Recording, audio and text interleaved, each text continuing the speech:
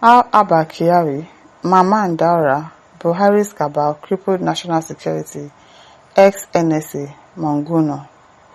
The immediate past National Security Advisor, NSA Babagana Munguno, has detailed how a powerful cabal within the presidency systematically undermined his office, prioritizing private interests over national safety. This Buhari whitewashing that they are trying to do, no be small thing. Nigerian Point report that this was revealed in the new biography, From Soldier to Statesman, The Legacy of Muhammadu Buhari. The fiction reportedly began with a routine security recommendation. Munguno advised President Buhari to replace the fuel supplier for the presidential air fleet, after the fleet commander warned that the vendor was under investigation and posed a potential security risk. Although Buhari approved the change, the move sparked immediate backlash from high-ranking officials. Munguno recalls being confronted by then Chief of Staff, late Abba Kyari, who demanded to know why the change was made. Munguno maintained that he acted to avoid personal liability in the event of a security incident. The fallout from this decision allegedly led to a coordinated effort to paralyze the NSA operation. Munguno claims that Mamman Daura, Buhari's nephew, viewed the removal of the supplier, who had been entrenched since the Obasanjo era, as an injustice. Munguno said the disagreement widened the rift and made him persona non grata to Daura. According to Munguno, this rift resulted in the Minister of Finance allegedly withholding approved funds from the NSA office at the behest of the cabal. The Minister of Finance, who owed loyalty to Mamman Daura, was co-opted to withhold funds from the NSA office even after Buhari approval. He said, Buhari and Nigerians were both victims of the cabal that enriched itself beyond measure. Who are these cabals though? You don't know their names. He said critical technical partnership with foreign agencies lapsed and surveillance infrastructure around the villa fell into disrepair due to stalled approvals. Munguno said he sent more than 30 reminders and made repeated face-to-face pleas to Buhari, who often said, "Click the file or later, I've sent it to Malam Abba." He said the gap between presidential intent and execution steadily eroded national capacity. Institutional memory suffered too. The special service offices, the permanent secretariat that records, collates and preserves the minutes of the intelligence community was sidelined, he said. According to him, National Security Council meetings were often conducted without the proper secretariat, with minutes taken by the Chief of Staff office instead of the designated special service office. Munguno described a widening gap between President Buhari's instructions and their actual execution. Despite sending over 30 reminders and making personal pleas, Munguno noted that the president would often direct him to leave files with Malam Abba. The former NSA, who served from 2015 to 2023, concluded that both the president and the Nigerian public were victims of the group that enriched themselves while blinding the state. He said he did not need a conspiracy to weaken a system. Munguno said in the biography, "You only need petty sabotage, repeated often enough." Okay.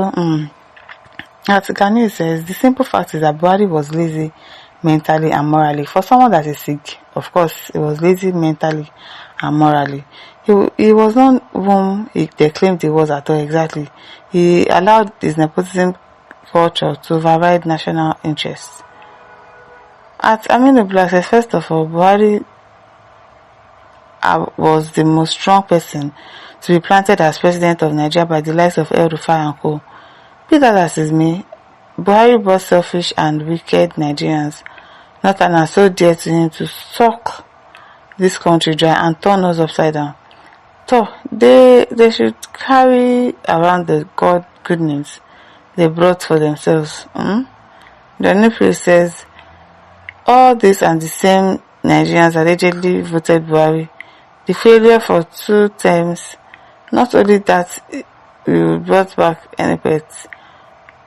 Okay, not only that we brought back the same party for yet a third showing of insanity come 2027. As much as we complain, The country will foolishly select insanity for 16 years straight.